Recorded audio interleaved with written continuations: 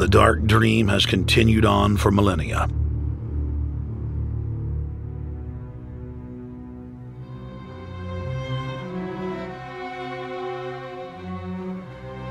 The scientific rationale for tyranny has always been attractive to elites because it creates a convenient excuse for treating their fellow man as lower than animals.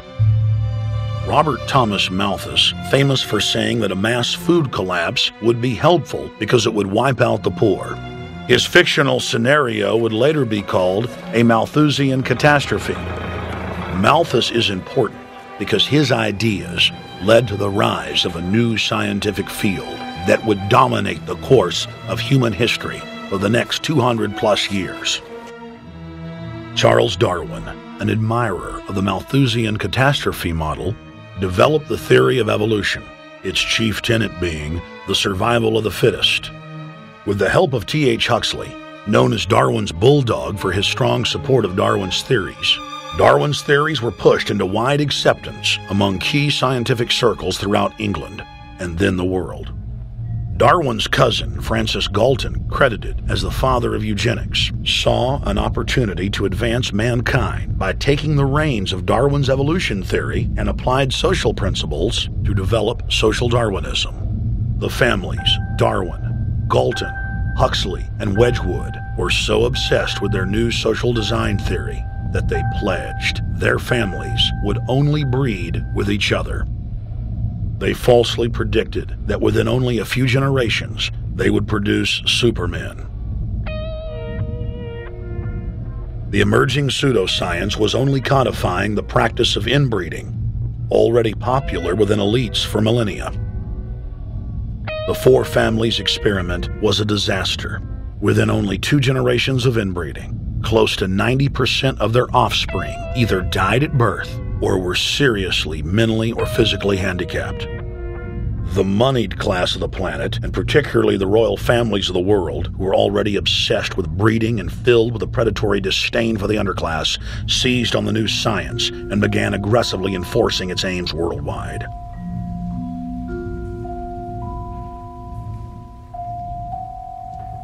Biometrics appears to be a new science, but it was actually developed by Galton back in the 1870s as a way to track racial traits and genetic histories, and as a way to decide who would be licensed to breed.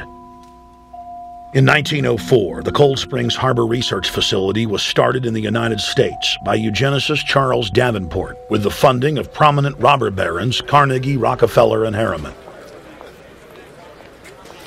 In 1907, the first sterilization laws were passed in the United States. Citizens with mild deformities or low test scores on their report cards were arrested and forcibly sterilized. You're 17, aren't you, Alice? Yes, but what have you done with my folks? Well, we're trying to help them, Alice, and you too.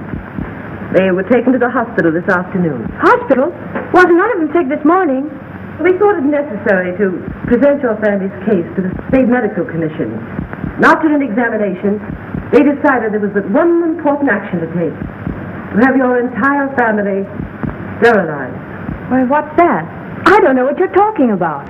Now, in this state, we have a law which provides for such people to have an operation so there won't be any more children. I see. Now, we've placed your brothers in institutions where they'll be properly cared for. You can go back to your job soon. I'll arrange to have it held open for you. But I'm keeping my job. I'm not going anywhere. Now, you're going to the hospital too, Alice. And you mean they're going to stop me from having children ever?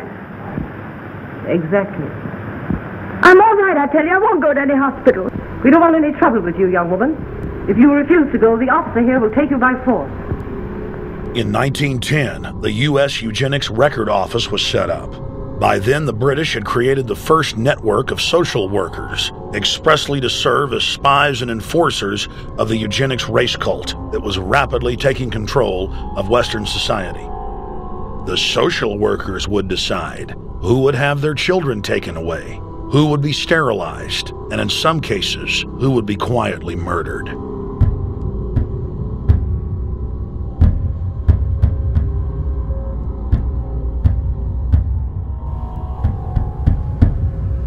In 1911, the Rockefeller family exports eugenics to Germany.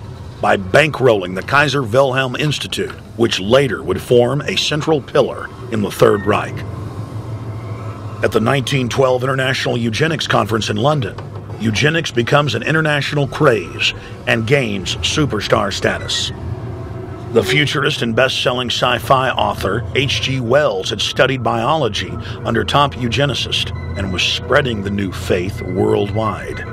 In 1916, H.G. Wells' lover, Margaret Sanger, starts her promotion of eugenics in the United States. In 1923, Sanger receives massive funding from the Rockefeller family. Sanger wrote to fellow eugenicist Clarence J. Gamble that black leaders would need to be recruited to act as frontmen in sterilization programs directed against black communities. In 1924, Hitler pens Mein Kampf, or My Struggle, and credits U.S. eugenicists as his inspiration. Hitler even wrote a fan letter to American eugenicist and conservationist Madison Grant, calling his race-based book, The Passing of the Great Race, his Bible. Hitler developed the plan for mass extermination of the Jews and what he called other sub-races, as well as the handicapped, from Grant. By 1927, eugenics hit the mainstream. The so-called science was aggressively pushed through contests at schools, churches, and at state fairs. Churches competed in contests with big cash prizes to see who could best implement eugenics into their sermons. Major denominations then tell Americans that Jesus is for eugenics. That same year in the United States, more than 25 states passed forced sterilization laws, and the Supreme Court ruled in favor of brutal sterilization policies. When Hitler came to power in 1933, one of his first acts was to pass national eugenics laws, modeled after laws in the United States.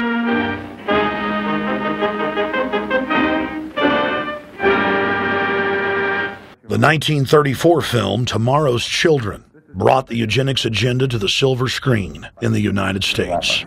In the case of Miss Mason, I can see no reason for the operation that's been recommended. The girl is perfectly normal. She's hard-working and has a good reputation. Do you know anything about her family background? Oh, yes, Your Honor, I do. There are several other children, aren't there? Yes. What is their condition?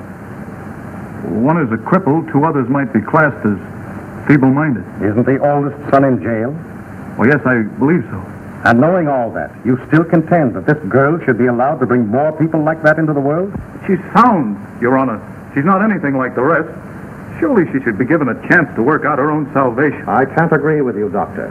Suppose she is normal. The chances are that her children will inherit the family taint. Isn't that possible? But, Your Honor, I'm sorry, Doctor. 3 generations of unfit are enough. Petition not allowed. By 1936, Germany had become the world leader in eugenics for taking effective actions to sterilize and euthanize hundreds of thousands of victims. The big 3 of American eugenics, Davenport, Laughlin, and Goethe, were dispatched by the Rockefellers to Germany, where they advised the Nazis on the fine-tuning of their extermination system. With the strong support of the U.S. and England, Germany had gone over the edge, and tens of millions would pay with their lives. At the end of the war, the Allies protected from prosecution the very Nazi scientist that had tortured thousands of people to death. The Nazi brand of eugenics had embarrassed the elites, but they had no intention of stopping their plans. The Allies literally fought with each other over who would get top Nazi eugenicist. It didn't matter if the SS doctors had tortured tens of thousands to death. They were free to go. The Angel of Death, Joseph Mengele, and his boss, Ottmar von Verscher, were not prosecuted, and von Verscher even continued his work in Germany after the war. Eugenicists were angry that their great work had been exposed. They then scrambled to camouflage their agenda. Eugenics Quarterly became Social Biology. The American Birth Control League became Planned Parenthood. New terms like transhumanism, population control, sustainability, conservation, and environmentalism replaced racial hygiene and social Darwinism.